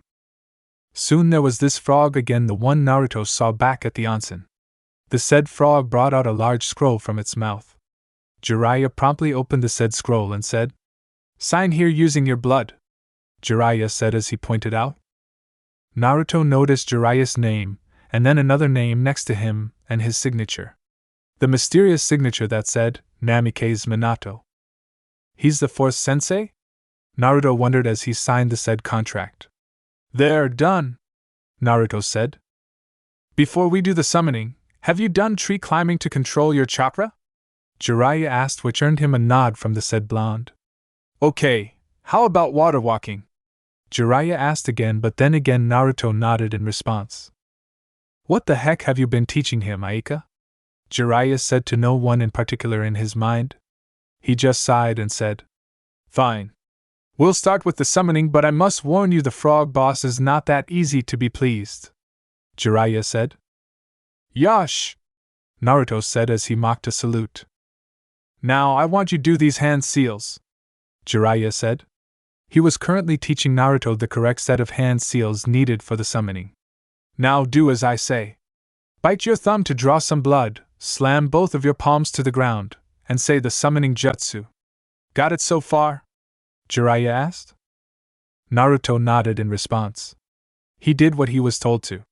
By the time he finished with the whole ordeal, he announced, Kuchios no jutsu. Soon, there was a cloud of smoke, but it wasn't big as Jiraiya's a while ago. It was rather small. When the smoke dissipated, it only revealed a small version of the frog a while ago. Yo! It said. Naruto was looking at the frog. He was quite surprised to see it talked, and yet here it was asking for him if he got some candies in him. Hello? Are you deaf? Do you have some candy with you? It asked again. Huh? Oh, here, Naruto said as he gave the said frog a mint. Mint him, thanks. I'm Gamakichi and you are? Gamakichi asked. Naruto. Uzumaki Naruto, Naruto said. Sha. I'm going now, thanks for the mint again, Naruto. Gamakichi said as he poofed away, leaving a dumbfounded Naruto. Not bad for a first try, Naruto, Jiraiya said from the behind. Now do it again, this time, try to summon the big boss, Jiraiya said. Naruto promptly went back to his feet and did the necessary hand seals. Once he was done, he bit his thumb again and slammed both of his palms to the ground and shouted, Kuchios no jutsu. Then it happened again, there was a cloud of smoke, but this time it was humongous. The cloud dissipated and it revealed the king of all frogs, Gamabunta. Jiraiya! How dare you summon me at a time like this? It shouted. Naruto was looking everywhere as if trying to find someone. But then he noticed something. The said perverted toad Sannin was nowhere to be found. Naruto looked up and said, Sannin didn't summon you, I did. Naruto shot back. Gamabunta heard a voice, but then he couldn't see where the source was coming from. This is getting nowhere, Naruto thought.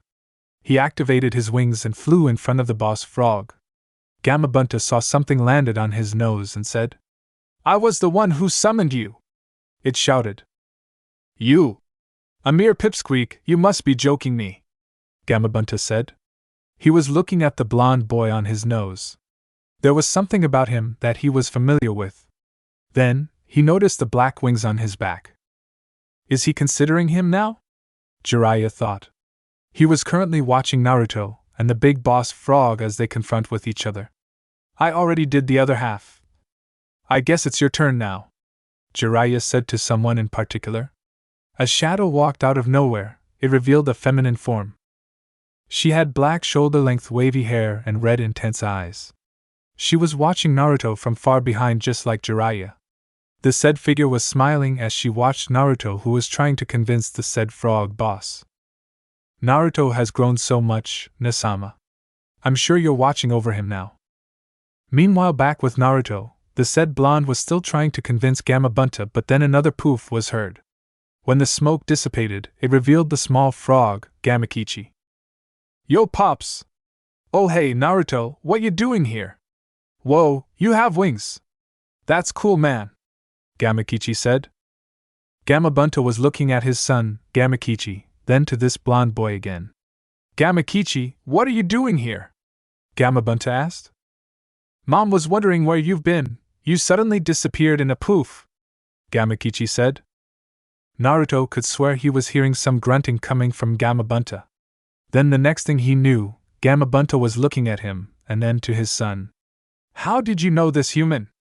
Gamabunta asked. "I think he summoned me a while ago. I like him, Pops. He gave me this mint just a moment ago," Gamakichi said. Gamabunta looked at the blonde boy again and said, "For now you have the permission to summon any of my children except me, do you understand that? I still have to give you a test to see if you really are worthy of my services," Gamabunta said as he and Gamakichi poofed away. "YOSH!" Naruto shouted as he flew almost everywhere in the clearing. After several minutes, he landed back on the ground. He was happy at the new jutsu he had learned. He was about to walk again, but something was off. He couldn't move. Naruto was trying to force himself to, but he can't. He felt someone was behind him, and that someone was walking to his direction. Once that someone was in front of Naruto, his eyes grew as possible as they can get. "Hey!" Naruto stuttered, not because he couldn't move, he can move now, but he was like in an automatic shutdown. "You already forgot my name, Naruto-kun?" It was Aika, Naruto's former sensei. She was currently looking at the wide-eyed blonde who was still shocked at what he was seeing. "Naruto, are you alright?" Aika asked as she waved her right hand in front of Naruto's face. Naruto shook his head several times. It was as if he was just dreaming, but then again he wasn't, and Aika made sure of that. "Naruto, what I'm about to do to you now will sting a little bit, so prepare for the inevitable," Aika said. Naruto was about to ask what was going on, but all of a sudden, he felt a pang of great pain struck through his right arm. It made him go limp. He screamed as the pain went to its highest level. He was screaming, but then noticed he couldn't even muster a single whisper from his mouth. He looked at his former sensei who was watching him as well. After several minutes, he passed out. Soon, there was a black-like markings around his right arm, and his wings tattoo at the back extended even further. The only part of his body that wasn't covered by the black markings was his left arm. By the time Naruto woke up, he noticed the surroundings hadn't changed. It was like the time didn't change at all. He was there, lying on the ground. He was wondering about the encounter he had with Aika. "Did that really happen?" he asked to no one in particular. Then he noticed a note stuck on his forehead which stated, "Hey Gaki. Sorry I got to run again. If you notice, the time didn't change, so you still have time to go and meet your teammates. Oh, and if you notice the bandage on your right arm, don't take it off if you don't want to faint. Just kidding. If you feel that it doesn't hurt anymore, you can take it off. Once again, I'll see you when I'll see you. Aika." Naruto read the note again and again. For the second time, she left him again with a note. He noticed his right arm bandaged, and felt as if nothing had happened to it. After several seconds, he started to walk towards the training grounds. The first thing he noticed was his Jounin sensei, and she was, hiding behind a bush. Naruto raised an eyebrow as he watched the said Jounin. He just walked next to her, but when he was about to say good afternoon, he was pulled down by Kurenai, signaling him to keep quiet as she pointed the other members of Team 8, namely Inuzuka Kiba and Hyuga Hinata. The said Genins were currently seating at a log, both talking with each other. Kurenai and Naruto noticed Hinata's giggling and Kiba's blush. "I wonder where Sensei and Naruto is. They're quite late, don't you think?" Hinata said. "Maybe they went on a date," Kiba said, which made the Hyuga princess chuckle and said, "Maybe, but then again, there they are," Hinata said as she pointed out at the newcomers. "So, what were you two doing while we were not yet here?" Naruto asked with a grin. "Nothing. How about the both of you, where were you both?" Kiba asked with a grin on the face. Kurenai and Naruto didn't answer, they just looked away, but Kiba was eyeing the both of them. Naruto, what happened to your arm?" Kurenai asked, trying to change the topic. "Oh, it's nothing," Naruto said with a smile on his face. Kiba was about to say something when suddenly Hinata said, Naruto, what do you plan now for the Chunin exam? You're facing Sabaku no Gaara, right?" Hinata asked. Naruto still had a smile on his face. "Don't worry about me, I'll be fine," he said. Naruto, what's this on your neck? Kiba asked as he tackled down the said blonde while Hinata and Kurenai were watching the two as they wrestled down to the ground. It's nothing, Naruto said as he tried to get away from the dog user. When they were about to start to wrestle again, someone poofed in. It was Kakashi with Guy. Naruto, Kakashi called. Naruto looked at his adopted brother and then to Guy. What's the matter, Ni-san? Naruto asked. Kakashi noticed the bandage on Naruto's right arm and said, What happened to your arm? You didn't get injured, did you? Kakashi asked with seriousness in his eye. No. I didn't get injured. I had these when I was training with myself just near the lake a while ago. Why, what's the matter? Naruto asked. Kakashi sighed in relief. It's Lee, he was attacked. Tenten said that it was Sabaku no Gaara who attacked Lee, but we don't have enough evidence to disqualify him in the Chunin exam. I'm afraid that Lee will have to forfeit the match with the Suma's student. It is just so unyouthful, Guy said as he cried in front of the other ninjas. Some were sending him weird looks, but some were just silent as they felt a bit sad for their fellow shinobi. This made Naruto more determined to fight that Sabaku no Gaara. Aside from the feral feeling he felt during their first encounter, he was definitely going to show that Sabaku no Gaara a thing or two. Glad to see you're safe, Ototo, Kakashi said as he ruffled Naruto's hair. The said blonde genin was occupied a while ago. He was staring at his bandaged fist. Kiba and Hinata thought Naruto will go berserk again, just like in the Forest of Death. Everyone swore they saw a hint of black in Naruto's eyes, but it quickly faded away when Kakashi ruffled the said blonde's hair. After several minutes, Kakashi and Guy went to their teams, leaving teammate quiet as they just stood there not even talking with each other. The news of Rock Lee's attack was still on their minds. So, who's up to a little sparring session? Naruto asked, trying to change the topic. The rest of the team just looked at him with a smile on their faces. Okay, I'll spar with you. Just to make sure that you won't be the laughingstock of the Chunin exam when you walk out the stadium with a loser printout to your forehead, Kiba said, which made Naruto smirk. As if, let's see you try. I bet you won't even lay a single finger on me, Naruto joked. He saw the young Inuzuka and his dog Akamaru formed the Jujinbushin, making an exact replica of the dog user. Meanwhile, Kurenai and Hinata were watching the whole ordeal. They both had the same thought running to their heads, which only stated, Boys. Kurenai and Hinata. They just sat at the log and watched how Naruto dodged all Kiba's attack. Now, they're seeing Naruto on the offense while Kiba was on the defense. Kiba was trying to move as fast as he could, but Naruto was like everywhere. He stopped just when Naruto punched this tree, but from what he saw it was beyond Naruto's power. The tree was cut in half, making it fall. Kiba was thankful that Akamaru was there to push him out of the way. Kiba was still on the ground while Akamaru changed to his original form. He was still looking at Naruto, who was standing on the ground, staring at his right hand. Both Kurenai and Hinata walked to both genins and asked if they were alright. They too saw just how Naruto managed to make that tree fall down with just one punch. The three of them were thinking, what if Kiba was that tree? Are you alright? They heard Naruto ask. I'm fine. Wow, Naruto, how did you do that? Kiba asked. I don't know, Naruto said. Once again with the I don't know speech. You know, Naruto? Kiba said. Everybody was looking at the young Inuzuka as if telling him to continue with what he was saying, which he did. You are so full of surprises, Kiba added. I guess I am, hee, Naruto said as he scratched the back of his neck. The training teammate went through varied from genjutsus, ninjutsus, taijutsus, and tactical training as well. Most of the time, they discussed about genjutsu and tactics since that's where Kurenai mostly specialized at, and sometimes she let Naruto teach some ninjutsus and taijutsu. Even Kurenai was listening as well whenever Naruto was the one teaching. Kiba and Hinata took notice the things happening to their sensei and to their teammate for the past few weeks.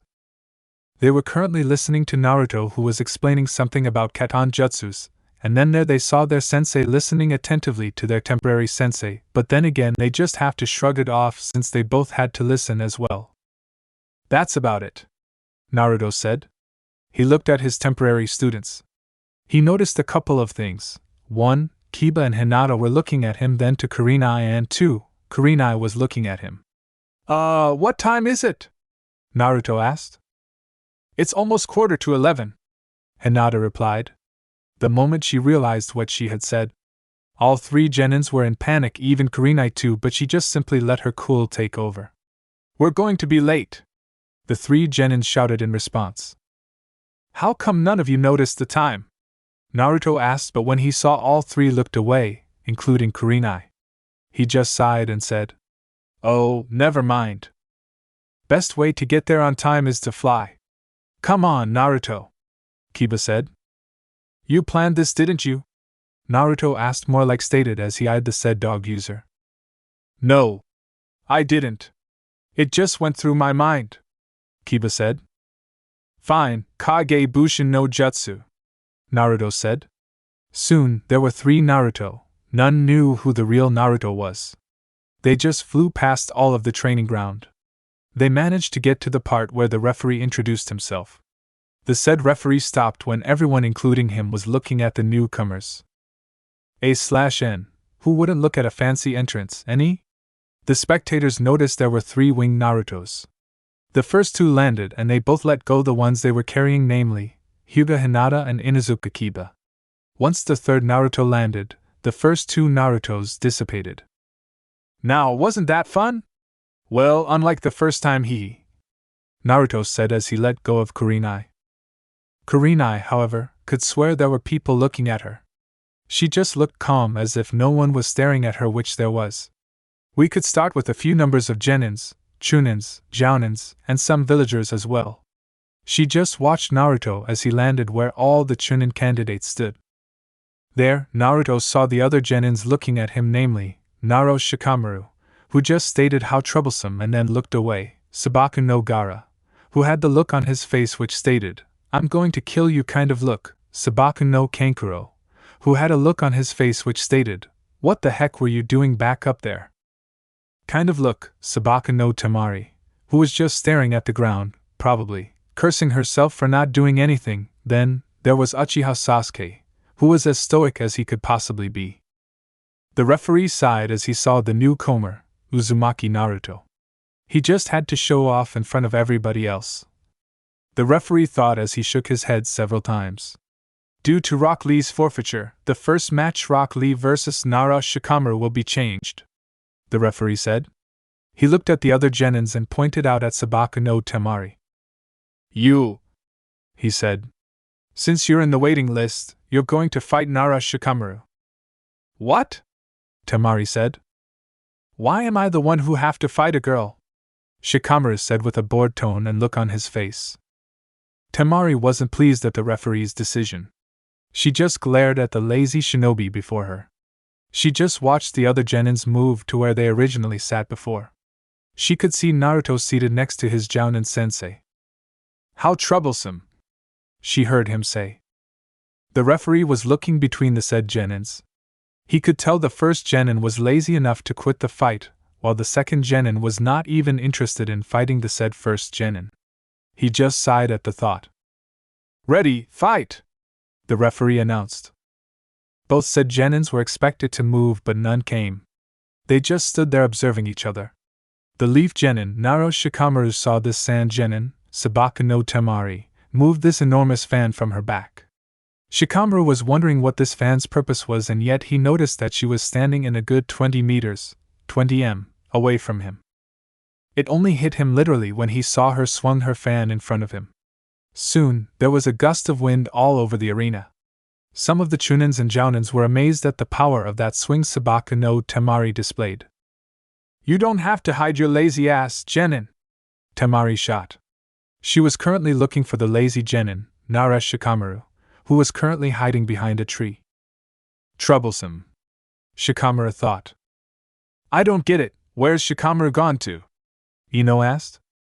"He's probably thinking of a way to defeat Temari-san," Naruto said.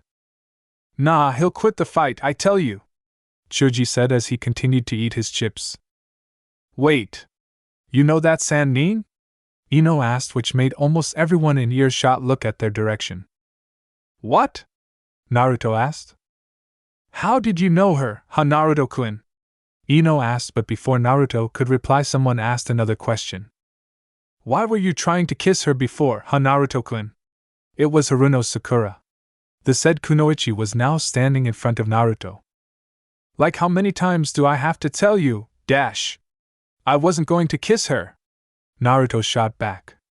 Unfortunately, Ino and Sakura weren't the only ones who have ears, though. Really, Naruto-kun? Naruto heard someone ask. By the time he turned around, he saw this Tokubetsu Jounin. Mitarashi Anko beside her was Inuzuka Hana. Really, Naruto-kun, you were not trying to get a kiss from that Sannin? Anko asked as she pointed at the blonde kunoichi. Meanwhile, the said blonde kunoichi who was at the arena was now seen as red as a tomato. She was just standing there, not even moving a single inch. Her head was low as she continued to listen to the conversation going on up at the bleachers. I wasn't going to kiss her, okay, dash. Naruto shot back again. Anko started to act disappointed. Darn it! Then that means you're not interested in older women, dash. Anko said. Hana saw Anko's act and she too was acting like she was pouting. Kiba wanted to bury himself from the humiliation he was suffering into. If not, he wanted to bury her sister for what was the reason again. Was it his sister was flirting with his teammate/friend? What else could happen next? He asked. Why, I didn't say that, Naruto said, which caused the said older women, namely Mitarashi Anko, Inuzuka Hana, and Yuhi Kurenai, to snap their direction back to Naruto. So, you like older women and Naruto-kun? Anko asked as she eyed the said blonde from his seat. Aye, well. Naruto was about to say another word, but something caught his eyes. It was this mysterious black-masked Anbu, who was currently walking, probably, on her way to where the Kages were seating. Unfortunately, Anko took this as another alibi and said, Don't tell me you like brunettes and Naruto-kun? Anko said. What, dash? Naruto said with a raised eyebrow. Meanwhile, back with Temari versus Shikamaru, the said blonde kunoichi was still waiting for the lazy genin to come out from where he was hiding. It has been 10 minutes since Shikamaru started to hide, as Temari thought. Surprisingly, Shikamaru came out. Temari looked at him with a smirk on her face. He was somewhat hiding behind a shadow and his jacket was nowhere to be seen.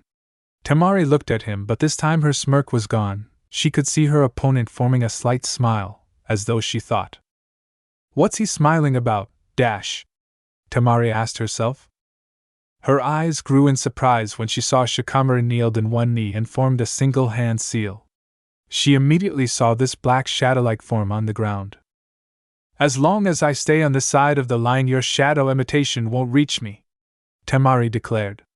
A while ago she would have thought that she had won, but still there's something bothering her. It was Shikamaru's smile/smirk.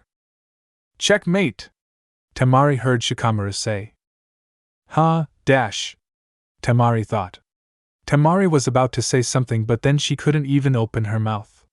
She just looked at her opponent, then suddenly her body starts to mimic the moves Shikamaru was doing.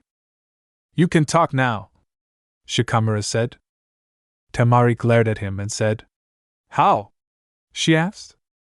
Your wind carried out my jacket, see. He held out the said jacket, but something caught Temari's eyes. There was a kunai tied with the jacket. I simply used its shadow to connect to yours, Shikamaru said. Surprised to say, Temari was impressed, and even the referee was impressed as well. Yada! Shikamaru won, Ino said. Nah, he'll quit this one, I tell you, Chuji said. Shut up, you fat ass, Ino shot back. That was one mistake Ino have to remember. I'm not fat. I'm just big-boned, Chuji shouted. Hey, break it off. I think the referee is going to announce the winner, Naruto said. Miraculously, the two stopped bickering, but unknown to Naruto, someone was not watching at the declaration, but instead that someone was watching/staring at him. As Shikamaru walked, Temari followed. She still has those glaring eyes on, and still Shikamaru didn't care. He just said, I quit. The referee and even Temari looked at him with wide eyes. He obviously won, but still he quits. Why? Temari thought. She was about to ask why, but Shikamaru beat her up to it. This is just too troublesome. Besides, I don't have enough chakra to continue on, Shikamaru said. Temari just kept staring at Shikamaru's retreating back. The referee too was staring, but then he remembered that he had to declare the winner. The next fight was with Uchiha Sasuke and Sabaka no Kankuro. After several seconds, Sasuke was already at the arena, waiting for his opponent, Sabaka no Kankuro. What the heck is going on, dash? Sasuke wondered. But then another chunin came to the referee. Sasuke was watching the two. As the chunin whispered something to the referee, Sasuke could see the referee's reaction. There was shock, surprise, and disbelief. Then the referee sighed. Sasuke saw the chunin again, but this time he walked away, leaving the referee and him at the arena. Due to the forfeiture of Sabaka no Kankuro, I declare Uchiha Sasuke as the winner in this match, the referee announced. But some would have thought that it would be alright since their prodigy won. But then again, some people wanted to see their prodigy fight. It was really unexpected, as Sannin thought. What are we going to do? The referee thought. He called out the chunin from a while ago and said, Go and tell this to the Hokage. Without a second or two, the chunin poofed out, running to where the other Kages were, namely, the Hokage and the Kazekage. They want to see Uchiha Sasuke fight Sannin Hokage repeated. Hi, Hokage-sama, the chunin replied. Fine, but after Uzumaki Naruto's fight. Besides, the exam had not yet ended, am I correct? The Sannin said.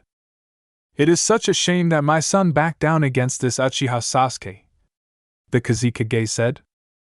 Sannin just looked back at the Kazekage and sighed. He just continued to watch the next fight, Uzumaki Naruto vs Sabaka no Gaara. The said competitors were not still at the arena.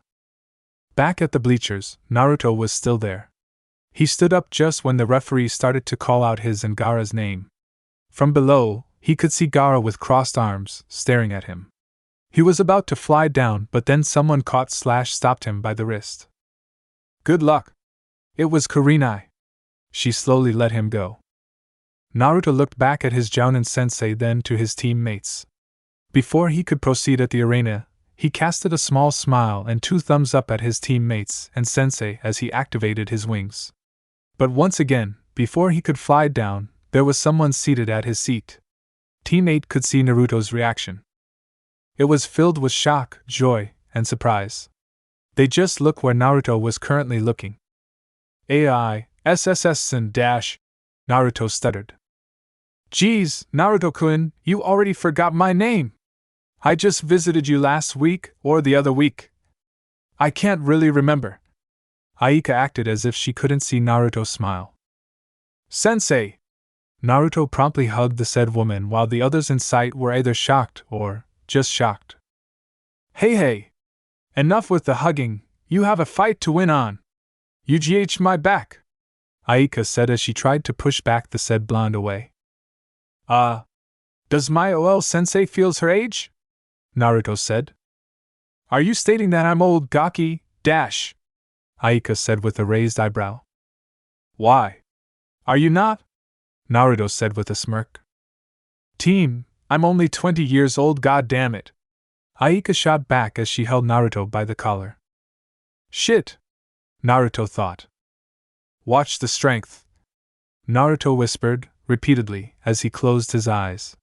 He waited for an expected whack coming from his former sensei, but surprisingly it never came. Instead, a small kiss was planted on his cheek. Naruto blinked once, if not twice. Good luck, Aika said as she let go of Naruto, who flew down to the arena. That's Naruto's former sensei, dash. Kurenai thought as she glanced at the said woman. She forgot the mere fact that Aika was just seated next to her. Meanwhile, back at the arena, Naruto landed and still Gaara had the grumpy look on his face. I thought you'd never come down, the referee said. Hee hee. Naruto chuckled as he scratched the back of his head. Uzumaki-san, Gaara called. Naruto looked at him, but this time Naruto's facade changed, big time. Gaara-san, Naruto said. The referee looked at the said competitors. There was something different and similar between them. Is it just me or it's getting a little hot in here? Kiba said. It has begun, Aika said in her mind with a smile. Unknown to Aika, Kurenai was watching at her. What's she smiling at? Kurenai wondered. Back at the arena, both opponents were observing each other's weaknesses, if any though. Ready, fight! The referee declared. He immediately moved out of the way just in case these two started to attack each other, but surprisingly, none came. They just stood there, staring with each other. For a good 10 minutes, both competitors were still standing there. It was as if they were statues. What are they waiting for? The referee wondered. But then it just hit him hard. He immediately ran up to the bleachers when he saw something seeping out from both genins. The referee was sure that there's sand coming out from Sabaka no Gaara's gourd, but from Naruto he wasn't sure if it was flames, thus, the color of it was blue. This was the first time Kurenai seen Naruto act like this.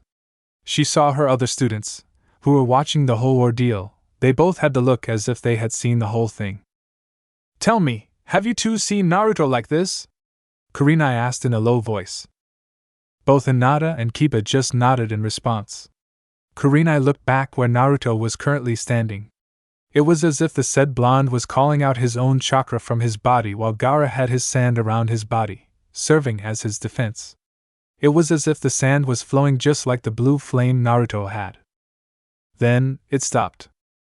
The sand came barging in. It formed a 20 feet, spike-like shaped sand, which seemed like tentacles. It came rushing towards Naruto.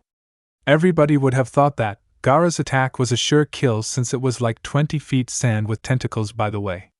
The said attack almost covered the whole arena.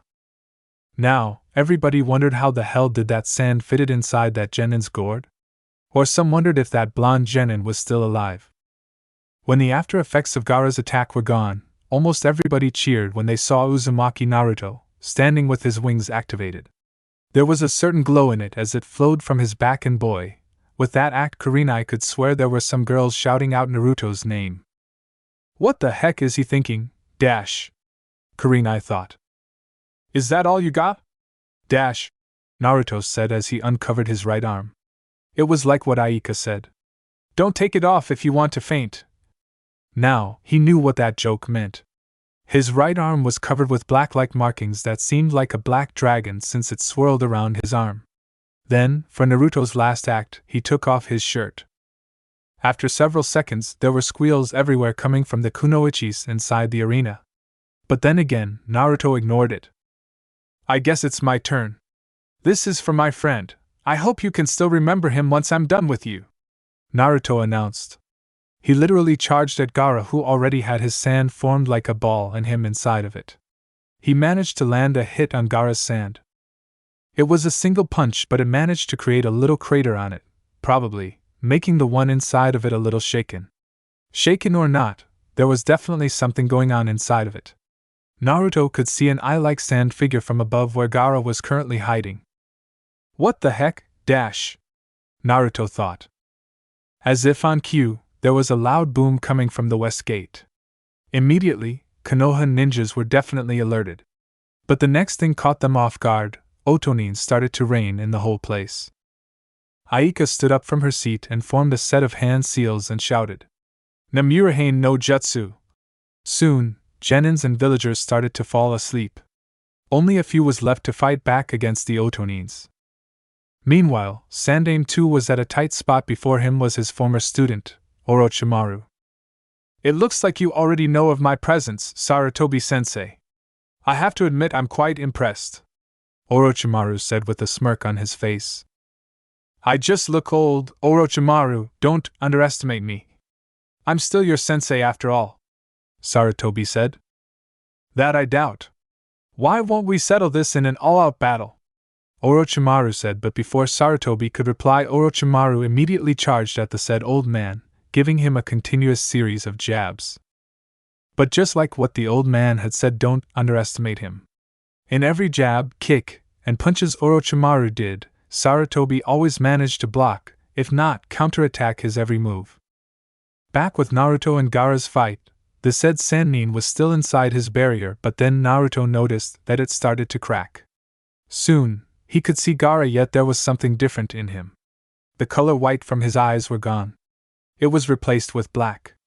His green eyes were replaced with brown ones. It was as if he looked like a raccoon. Is he transforming into something? Naruto thought. His answer was about to be answered when two familiar ninjas came in front of him. Gaara, go and disengage the next plan! Temari shouted. Gaara didn't reply, he just sprinted up to the forest where he could transform freely. Naruto, on the other hand, was not going to let Gaara go that easily. He was about to run past Temari and Kankuro, but Temari's fan prevented him to it. I really don't have enough time for this, so just let me pass, Naruto said. We were ordered to do this. I'm sorry, Naruto-kun, Temari said. Enough with this. He's our enemy, for crying out loud, finish him already, Kankuro said. Just after Kankuro said that, Naruto bring forth his wings. He promptly flew past both Sannins, who were quite taken back when they just remembered that Naruto can fly. Back with the Jounins at the stadium, some of the Chunins, Jounins, and Anbus were currently fending off against the Otonins. It was like they just kept on coming, and coming non-stop. Of all, the entire ruckus happening inside Konoha, some ninjas were staring at a lone figure that was presently standing, alone. It was as if the said figure didn't even notice that there were ninjas coming on her way. Haku was about to warn the said woman, but then everybody stopped when they all heard a familiar jutsu. Jiraiya no jutsu! Aika shouted. Everyone who knew the jutsu looked with surprise in their eyes. The last time they've seen the said jutsu, it was being transmitted by Naruto back at Wave Country, and his version was rather small than this one. It was definitely a dragon-shaped lightning, but it was bigger than Naruto's. Without a second or two, half of the Otonins were dead. From where Aika stood, she could see a group of genins following Naruto from behind. A while ago, Haruno Sakura managed to dispel the said genjutsu. She was ordered to awaken any ninja she knew who's capable of fighting against enemy nins. She already awakened 3 genins, namely, Uchiha Sasuke, Inuzuka Kiba, and Abirame Shino. Currently, Aika was still watching the said genin group from where she stood. The Otonins at the stadium stopped attacking, as the Jounins thought, but something caught their eyes, and still, it was Aika again. But this time she had something similar to Naruto's. She activated her Kura Tenshi Tsubasa. She looked at a certain elite Jounin, Yuhi Kurenai. You! Go after those genins. If my nephew got injured, I will swear to God I will make you his personal nurse, Aika commanded. Kurenai was about to run, but Kakashi stopped her first. Wait, he said. Kurenai saw Kakashi formed a set of hand seals and placed his palm at hers and said, Take this with you, Kakashi said. Thanks, Kurenai said as she looked at the small dog seating on her palm, right palm to be exact. Piece of advice, don't make Aika angry, you don't want to see her angry. I tell you, Kakashi said. You know her? Kurenai asked. Details later, you had an order, remember? Kakashi said. After several seconds, Kurenai was jumping up at the trees. In front of her was Pakin, one of Kakashi's dogs. You! Go after those genins. If my nephew... Aika's words rang to Kurenai's head once again. Wait, did she just say nephew, dash? Kurenai asked to no one in particular. Did you say something? Pakin asked. No, I was just thinking about something, Kurenai replied. Then you better stop it for a while, we're getting closer, Pakin said. Meanwhile, Sasuke with his Chidori was charging at Kankuro's puppet, Karasu. It was like a score they have to settle, as Sasuke thought. Now I know why you forfeited at the fight, you were simply afraid of me, Sasuke mocked. He was currently looking at the said Sannin. Take that back, Kankuro shouted. Sasuke thought it was the real Kankuro, but it was just Karasu. Kankuro must have sent his voice so that Sasuke couldn't detect where the said Sannin was. Show yourself, Sasuke demanded. Kankuro would have thought that Sasuke was just looking for him as he gently placed Karasu at Sasuke's back. Immediately, Kankuro opened the said puppet with his chakra strings. Kankuro was trying to trap Sasuke inside of Karasu with success, but that was one mistake he had to learn. Kankuro could hear some loud creaking sound coming from Karasu. It was pretty unusual since there was light seeping through the puppet. Kankuro watched in horror as his puppet, Karasu, was shattered into pieces. "What are you without your puppet?" Sasuke asked. "You should give up now," Sasuke added. Kankuro sighed as he looked at his damaged puppet. "I give up," Kankuro said, not even looking at the Uchiha prodigy. In the meantime, from where Kurenai stood, she could see a raccoon-like giant just 5 kilometers away. She sprinted up close to see what was happening, but when she could see almost everything, she couldn't help but to be shocked at the sight. There she could see Haruno Sakura at the tree, glued with Gaara's sand, Abirame Shino and Inuzuka Kiba, both unconscious at the ground. Then there she saw Sasuke with his panting. He had the look as if he was going to faint, and then there's Naruto looking at Sasuke and to the other unconscious genins in sight. "Can you carry these two?" Naruto asked. "Don't tell me you're going to fight that monster alone, dash," Sasuke said between pants. "Don't tell me you're worried for me," Naruto said with a teasing tone. "This isn't the right time to joke around, Naruto," Sasuke said. "Well, I'm not joking. Here, I'll lend you a clone," Naruto said as he called out a single clone. The said clone managed to free the pink-haired kunoichi. "Would you like me to carry Shino for you?" the clone asked. Sasuke just looked at the clone, then to the real Naruto, who flew away fast. Soon, the clone carried Sakura and Shino as he flew past the forest with Sasuke in pursuit. Currently, Naruto was staring at the raccoon-like giant before him. He was thinking of the ways how will he get to fight against this creature. He didn't even know what it was. He remembered the encounter he had with the boss frog. How can I summon him at a time like this? Dash. Kyuso. I guess I have to try then, Naruto said in his mind. He formed the needed hand seals, bit his thumb to draw some blood, slammed both of his palms, and shouted, "Kuchio sen no jutsu!" Soon, Kurenai could see a huge puff of smoke from where she stood. Before her were 2 giants, one was a frog and the other was a raccoon. "Jiraiya! How dare you summon me at a time like this? Dash!" Gamabunta shouted. "Boss, over here!" Naruto shouted as he flew up to the toad's nose. "You! I thought I told you that you can't summon me unless I told you so, dash!" Gamabunta shouted again.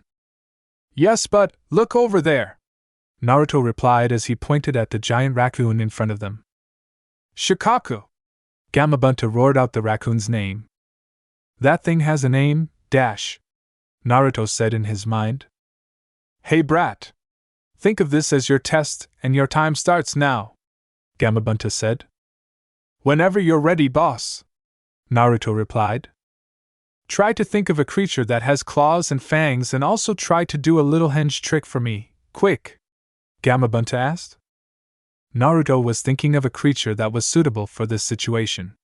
He was contemplating whether he should use the Kyubi no Kitsune form for this or something that looked like a dragon, but then, he made up his mind. "Henge," Naruto replied. Soon there was a huge puff of smoke again. The next thing Kurenai saw could possibly made her fall from the tree. Something came out from the puff of smoke. It was like a creature in the mythical stories. This was the first time she'd ever seen a dragon, at its full height and power. Gamabunta, in his dragon form, charged at Shikaku. Gamabunta swirled around like a snake around the giant raccoon as he clawed on its neck. If someone could see them, they would have thought that the dragon was winning from the fight, but then again, Shikaku was one of the tailed beasts just like the Kyubi no Kitsune. Meanwhile, back at the stadium, Aika had ordered some of the shinobis to follow her to where their Hokage was fighting against this Kazekage or Orochimaru, up to the roof. Everyone noticed this purple-colored barrier, and these 4 masked shinobis that seemed to be a pillar of this barrier. They could see from the inside their Hokage forming this genjutsu, the bringer of darkness. Some thought that their Kage will win, while some thought that their fight will not end soon. But then again, they've noticed Orochimaru formed a set of hand seals and something started to seep out from the ground. At first, it was a coffin, then, another coffin followed. Sarutobi already knew what Orochimaru was trying to do. He immediately stopped the next coffin by the minute. Everybody behind the barrier started to worry for their Hokage, who was now facing against his former senseis, the Shodaime and the Nidaime. If Sarutobi-sama didn't stop the last coffin, he would have come face to face against Minato-kun. I have to do something against this barrier, and fast, Aika thought. She noticed those 4 shinobis on each side of the barrier. Aika silently motioned both Kakashi and Guy to the northwest, Haku and Asuma to the northeast, Yugao to the east, while Zabuza to the west. Aika ordered them to neutralize those 4 shinobis at all cost and fast while she had to do something. Orochimaru was watching both former Hokages fight against his former sensei, who had already called out his summon, Enma. As Orochimaru continued to watch on, he noticed the barrier was starting to fade. Kyuso. Orochimaru started to curse himself. He had to do his plan or his revenge against this village he once called home. He noticed that Sarutobi was on a tight spot, literally, he was tied against a tree by the Shodaime. Orochimaru dismissed both Kages, leaving him and a tied Sarutobi alone. Orochimaru. Sarutobi started. Sure, don't speak, you're just wasting your energy, let me end it for you. Orochimaru said as he brought forth his sword, the Kuzenagi, from his mouth. He was able to stab through Sarutobi's shoulder. Without content, Orochimaru did the same with Sarutobi's right and left leg. Blood was already spilling out from Sarutobi's body. The sight was already sadistic, and yet Orochimaru was still smiling about it. He wanted to make Sarutobi suffer as he slashed through his body. He wanted to hear him scream in pain and in help. He slowly pulled up the Kuzenagi from his limb. Sarutobi could see where Orochimaru would stab him next. Orochi! Sarutobi started once again, hoping that Orochimaru would listen, but no. I thought I told you not to speak! Orochimaru yelled. Sarutobi was almost impaled by his former student's next action. Orochimaru raised up the Kuzenagi, ready to stab Sarutobi at the chest. Sarutobi, who was unable to defend himself, he was still thinking about Konoha, the villagers, his past students, his past senseis, his son, his grandson, his successor, the ninjas of his home village, and then Konoha again. Sarutobi closed his eyes and waited for his fate being pulled away by his own student. Surprised to say, he saw black, as in black wings. Before him was Aika, shielding him from Orochimaru's attack. Surprised at Orochimaru? Aika said in a teasing tone. But before Orochimaru could reply, he was immediately wrapped by Aika's wings, something that the shinobis hadn't seen before. Sarutobi, who was still conscious, saw how Aika managed to incapacitate his former student, Orochimaru. After several seconds, Aika let Orochimaru go. He was panting hard. Orochimaru was about to cast a jutsu, but he noticed he couldn't. What did you do to me, Dash? He shouted on his knees. Aika smirked from where she stood. She didn't even reply, she just walked in front of the snake Sannin and held him by the head. She looked at his snake-like eyes. Sarutobi was watching from where he sat. He wasn't sure what was Aika doing, but he was sure it wasn't pretty, as though he thought. Aika was looking at Orochimaru in the eyes, but once she let go of her former sensei, Orochimaru passed out, and so as Aika. Currently with Naruto and Gamabunta versus Gaara and Shikaku. Kurenai was still watching from the distance, and there she saw Naruto on top of Gamabunta in dragon form still fighting against Sabaka no Gaara with Shikaku in his ultimate defense form. Brat, this is getting nowhere. You have to wake that Tanuki so that Shikaku will be forced back. Do it fast, Gamabunta commanded. With that said, Naruto flew down to where Gaara stood. He was about to land a hit on him, but Shikaku's sand got him first. Naruto was forcing himself out with the use of his wings, but the more he struggled, he could feel a part of his wings started to crack. It was like the bones in his wings started to crack from the pressure being emitted by Shikaku/Gaara's sand. Soon he felt that the pressure was starting to fall down, but then he noticed that he was covered by tongue-like barrier, and then there he saw Gamabunta, holding him. Gamabunta tossed Naruto at the air and said, "Don't fail this time, you brat!" Naruto was thrown to the air but noticed that Gamabunta suddenly poofed away. He was close to Gaara and Shikaku's sand started to attack him just like a while ago, but Naruto charged up his chakra through his eyes, forming a genjutsu around his body, making himself invisible, as Kurenai thought. She was still watching the whole fight. From the distance, she could see Naruto landed a hit on that Sannin, Sabaka no Gaara. Shikaku screamed as he felt that he was losing control over his vessel and that Gaara was starting to rouse up. Naruto landed on a nearby tree just close to where Kurenai was standing just a while ago. He noticed that the earth was starting to shake as he watched Shikaku fall down and turn into a sand. "Naruto!" he heard someone called out. Naruto turned around and saw his Jounin sensei, Yuhi Kurenai, standing 20 meters away from him. But then, the earth started to crumble again. He immediately flew through her direction and carried her as fast as he can, making sure to get away from what was about to happen. Kurenai was about to say something, but she suddenly noticed that their flight was somewhat starting to slow down, and something unexpected happened as they landed. Naruto started to fall unconscious, but he managed to take the fall instead. From where they landed, they couldn't see Shikaku anymore, but instead they could see the Konoha gate from the distance. Naruto was a little droopy, but Kurenai was telling him not to fall asleep since he was going to get a concussion or something. "Naruto-kun, wake up! You have to stay awake!" "Naruto-kun!" Kurenai shouted his name when she saw he was starting to fall asleep again. Kurenai decided to carry him since they were close to the gate, and hopefully they could get help from there. "Naruto-kun, are you awake?" Kurenai asked, making sure that Naruto doesn't fall asleep. "Hi," Naruto whispered. His eyes were focused at the floor since his head was low. He noticed that he was being carried / semi-dragged since the floor he was looking at was moving. "Sensei, I feel so sleepy." Naruto yawned. "Naruto-kun, you have to stay awake, you hear me? Naruto-kun," Kurenai said. She noticed that his weight doubled slightly. She slowly dropped him on the ground, and on Naruto's face was a smile, a small smile he carried for her. "Naruto-kun." Kurenai shook the said genin, but he didn't stir or something. "Naruto-kun."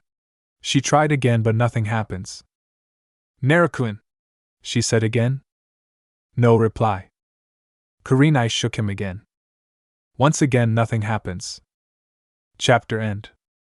Tired of watching censored fanfics? Would you like to watch some very naughty, filled with the lemons fanfics without any censorship? I'm happy to announce that I opened Patreon page for you guys, where you could watch Naruto/Deku, 18+ stories without any censoring. Not only that, you can also see the NSFW images of characters of the fics on my Patreon, which I make by myself. So buy your preferred tier and join our community now. Link is in the description.